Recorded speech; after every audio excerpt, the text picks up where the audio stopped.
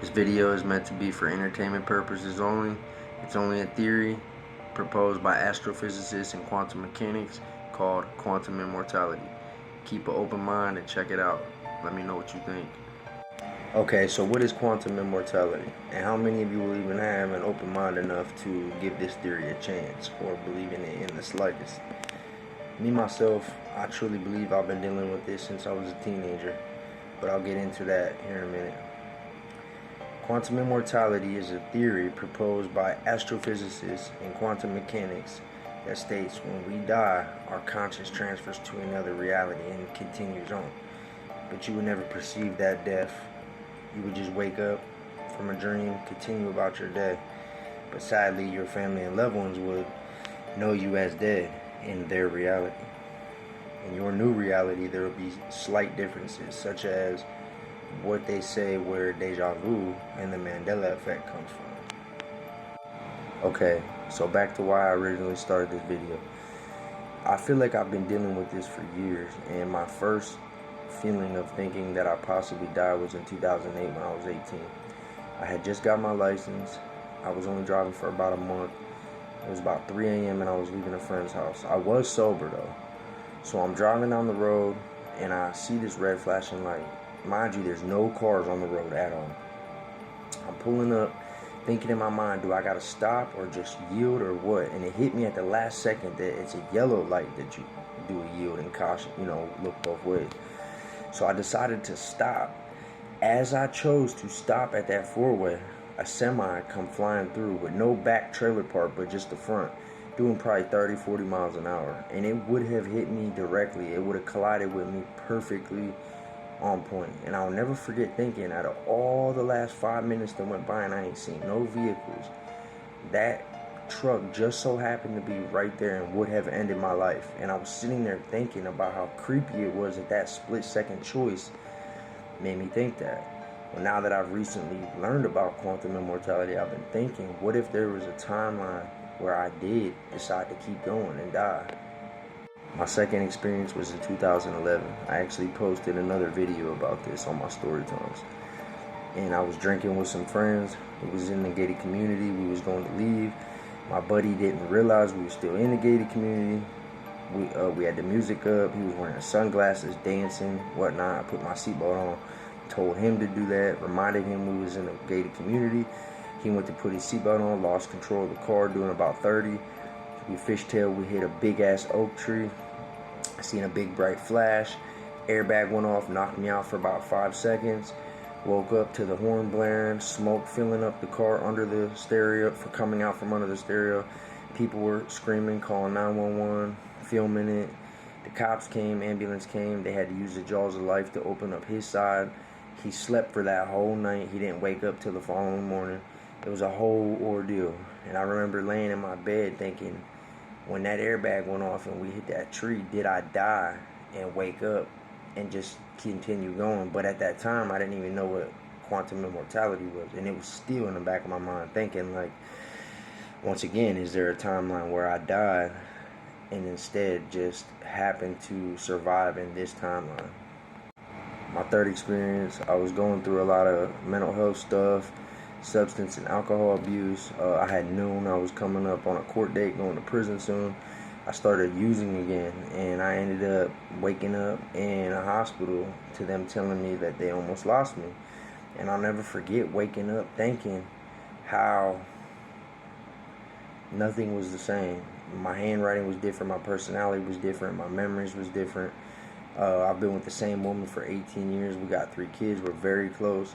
To this day, I say things to her that makes me wonder how she thinks of things differently and remembers things differently. And to be 100% honest, the closest people to me sometimes do not feel like the exact same people that they once were, almost like they're clones or something. I mean, I love them very much. They're still my family, but it's just something is not right. It's like I'm in a different timeline with a different version of everybody that I still know and still love, but it's just not the same. So that was my other experience right there. I feel like I actually died to where my family would have had to go to my funeral and everything in that reality when I would have been found dead. But to my consciousness, I was able to just wake up and continue on in another timeline. This last experience has happened in the last 7 months since I've been home. The whole time I've been home, I've been in recovery though, so it wasn't nothing that could have put my life at risk like before. It was possibly something that I could have did to myself. I was going through more mental health stuff. I was diagnosed with PTSD, anxiety, depression, and night terrors, given medication from a psychiatrist.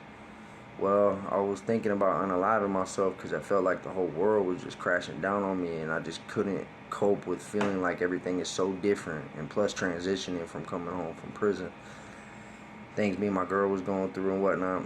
Well, the idea that I had when I had that stupid thought, it would have been a fast experience. I'll just put it that way. It would have been something that I probably wouldn't even have realized I did. It would have been so fast.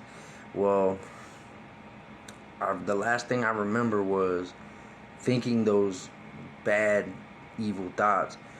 And then I woke up on the couch at 4 in the morning. I was confused. Now, when I sat up, I felt like everything around me just kind of faded into a reality, like Matrix or something.